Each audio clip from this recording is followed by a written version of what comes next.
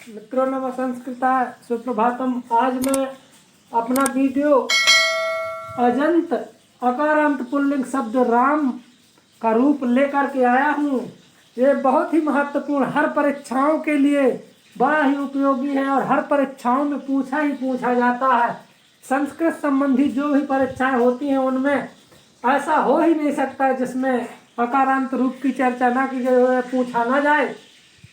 तो अजंत, अजंत शब्द क्या है? अच है जिनके अंत में, अच है जिनके अंत में उन्हें अजंत कहते हैं। यानी अच, अच यानी स्वर, स्वर 9 है। आ ई उ री ली ए ओ आई औ, यानी स्वर तो 9 है। अजंत कहें तो अजंत का मतलब कि 9 स्वर में से कोई हो, लेकिन अपन 9 स्वरों की चर्चा ना करके आज हम अकारांत जिनके अंत में छोटा आ हो उनकी हम चर्चा करेंगे आज, वो भी पुल्लिंग शब्दों पर। पुल्लिंग भी बनते हैं, स्त्रीलिंग भी बनते हैं, नपुंसकलिंग भी बनते हैं, लेकिन अकारांत पुल्लिंग शब्द की आज हम चर्चा करेंगे। पुल्लिंग शब्दों में बड़ा आकारांत के रूप नहीं बनते हैं और स्त्रीलिंग शब्दों के छोटे आकारांत के रूप नहीं बनते हैं, ये ध्यान देना है। तो आज हम अच, अच धन अंत बराबर अजंत, अच माने स्वर, स्वर है जिनके अंत में उन्हें अजंत कहेंगे। तो अजंत में के अंतर्गत 9 स्वरों में से एक स्वर को लेंगे हम आज हम अकारांत, जिनके अंत में आ हो, ऐसे रूप की आज हम चर्चा करेंगे। जैसे बालक, वृक्ष, नर, ग्राम, दीप, दिनेश, सुरेश, बालक, छात्र, गज आदि लाखों रूप अकारांत शब्द से चलेंगे। जिनका भी नाम अधिकतर अकारांत होते हैं, जो पुल्लिंग के नाम है तो ज्यादा करके अकारांत होते हैं। अकारांत रूपों की आज मैं चर्चा करूंगा। तो किस प्रकार से पढ़ना, प्रथमा विभक्ति में देखना है, किस प्रकार से अपन पढ़ते रहे अभी तक पूरे रामः रामौ रामः, तो इसको आप भूल जाइए थोड़ी देर के लिए, याद तो रखना ही है किसी न किसी प्रकार से। तो जैसे हम कहें रामः, तो इसका मतलब कि राम ने, राम ने, या शून्य भी हो सकता है कारक चिन्ह, यानी कारक यहाँ पर दिए गए हैं, कारक 6 हैं। विभक्ति चिन्हों का 8 का प्रयोग होता है शब्द रूपों में, यानी इनका संबोधनम भी बनता है शब्द रूपों का। तो किस प्रकार से अपने को पढ़ना है देखते हैं। तो रामः, रामम, रामेण, रामाय, रामात, रामस्य, रामे, हे राम। फिर दो दो करके पढ़ते हैं। रामः रामम, रामः रामम, प्रथमा द्वितीया, रामः रामम, रामेण रामाय, रामेण रामाय, तृतीया चतुर्थी, रामेण रामाय, रामात रामस्य, पंचमी षष्ठी, रामात रामस्य, रामे हे राम, ये सप्तमी संबोधनम। संबोधनम में प्रथमा लगती है, कहीं कहीं संबोधनम में एक वचन की संबोधन में थोड़ी बहुत अंतर हो सकता है, लेकिन द्विवचन और बहुवचन का संबोधन एक जैसा बनता है, यानी ऊपरी जैसा बनता है। हे लगा करके यहाँ संबोधन में किसी को बुलाने के लिए संबोधन का प्रयोग होता है। संबोधने चा से प्रथमा विभक्ति का प्रयोग होता है संबोधन में, तो ये बात ध्यान देना है। दो दो करके पढ़ते हैं, फिर 4 फिर पूरा। रामः रामम, रामः रामम, रामेण रामाय, रामेण रामाय, रामात रामस्य, रामात रामस्य, रामे हे राम। हे राम का हम हे ना भी कहें तो आप समझ जाओ कि राम है, संबोधन का चिन्ह लगा देते हैं तो हे राम ही है। अब करके पढ़ते, रामः रामम, रामेण रामाय, रामः रामम, रामेण रामाय, रामः रामम, रामेण रामाय, प्रथमा द्वितीया तृतीया चतुर्थी, रामः रामम, रामेण रामाय, रामात रामस्य, रामे राम, रामात रामस्य, रामे राम। हे राम नहीं हमने कहा, राम भर कह दिया, तो इसका मतलब समझ जाओ संबोधन का चिन्ह लगा दिया तो संबोधन ही है। तो एक वचनांत अच्छे लय तुक से पढ़ते हैं अपन।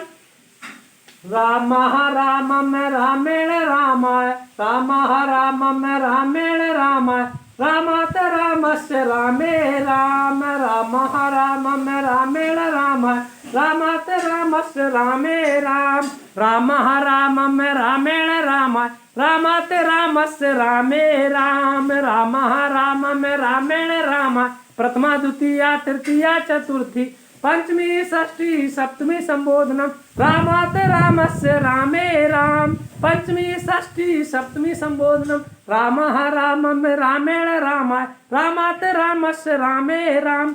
अब इसी प्रकार हम सब रूप बना सकते हैं। एक बात ध्यान देना है कि जिस शब्द में रा या षटकोण वाला सा होता है तो वहां पर तृतीया के एक वचन में यहाँ ना की जगह अड़ा बनता है, षष्ठी के बहुवचन में रामाणाम। तो यहाँ पर ना का यानी उसमें रा नहीं होगा जिस शब्द में, तो यहाँ ना बनेगा, या षटकोण वाला सा नहीं होगा तो यहाँ पर ना बनेगा। दो में अक्षरों में से कोई अक्षर यदि शायद होता है या तो रा या फिर सा, तो यहाँ पर अड़ा बनता है। रामेण जैसे बालक शब्द का है तो ना अड़ा नहीं बनेगा, बालकेन। और यहाँ बाल का नाम अड़ा नहीं बनेगा क्योंकि उसमें ना रा है ना षटकोण वाला सा है, तो इतना ध्यान देना है। तो एक बार और पढ़ते हैं। रामः रामम रामेण रामाय रामात रामस् रामे राम। रामः रामम रामेण रामाय रामात रामस् रामे राम। रामः रामम रामेण रामाय रामात रामस् रामे राम। रामः रामम रामेण रामाय रामात रामस् रामे राम। इस प्रकार से पढ़ना है। तो देखते हैं कि वृक्ष का इसी प्रकार अपन वृक्षा वृक्षम वृक्षेण वृक्षाय वृक्षात वृक्षस वृक्षे वृक्ष वृक्षा वृक्षम वृक्षेण वृक्षाय वृक्षात वृक्षस वृक्षे वृक्ष। इस प्रकार नर का नरः नरम नरेण नराय नरात नरस नरे नर नरः नरम नरेण नराय नरात नरस नरे नर। इस प्रकार इसी प्रकार ग्राम का ग्रामः ग्रामम ग्रामेण ग्रामाय ग्रामात ग्रामस्य ग्रामे ग्राम। ग्रामः ग्रामम ग्रामेण ग्रामाय ग्रामात ग्रामस्य ग्रामे ग्राम। इस प्रकार ग्राम का दीप का देखते हैं, इसमें सा और रा नहीं है दो में से, तो किस प्रकार से बनेगा दीप शब्द का। दीपः दीपम दीपेन दीपाय दीपात दीपस्य दीपे दीप। दीपः दीपम दीपेन दीपाय दीपात दीपस्य दीपे दीप। और दिनेश का दिनेश महेश सुरेश मुकेश किसी का भी नाम यदि जिसके अंत में आ है तो इसी प्रकार चलेंगे। दिनेशः दिनेशम दिनेशेन दिनेशाय दिनेशात दिनेशस्य दिनेशे दिनेश। सुरेश का सुरेशा सुरेशम सुरेशेन सुरेशाय सुरेशात सुरेशस सुरेशे सुरेश। बालकः बालकम बालकेन बालकाय बालकात बालकस्य बालके बालक।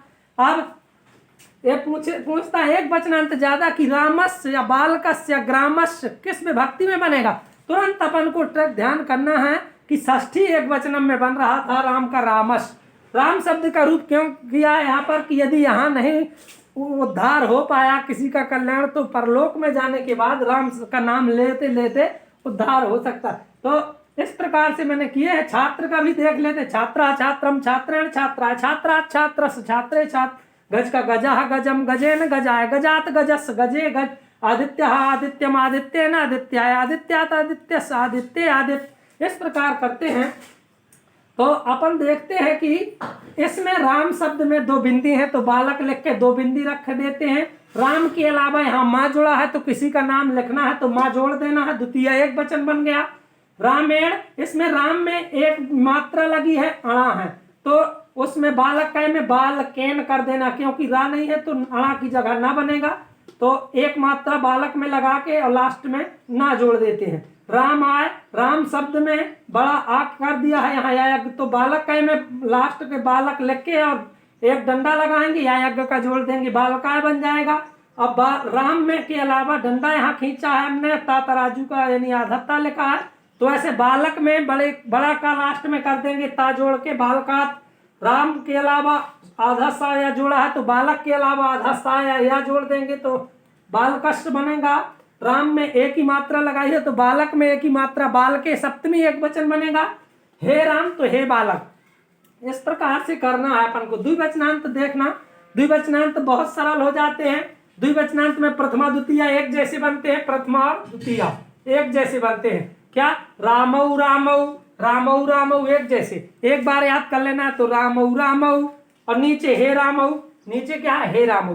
यानी द्विवचनांत जो है संबोधनम में प्रथमा लगती है तो रामौ नीचे हे भर अंतर है तो ऐसे याद कर सकते हैं ना। पढ़ते कैसे रामौ रामौ रामौ रामौ प्रथमा द्वितीय द्विवचनांत रामौ रामौ रामाभ्याम रामाभ्याम रामाभ्याम तृतीया चतुर्थी पंचमी रामाभ्याम रामाभ्याम रामाभ्याम षष्ठी सप्तमी रामयो रामयो संबोधनम हे रामौ।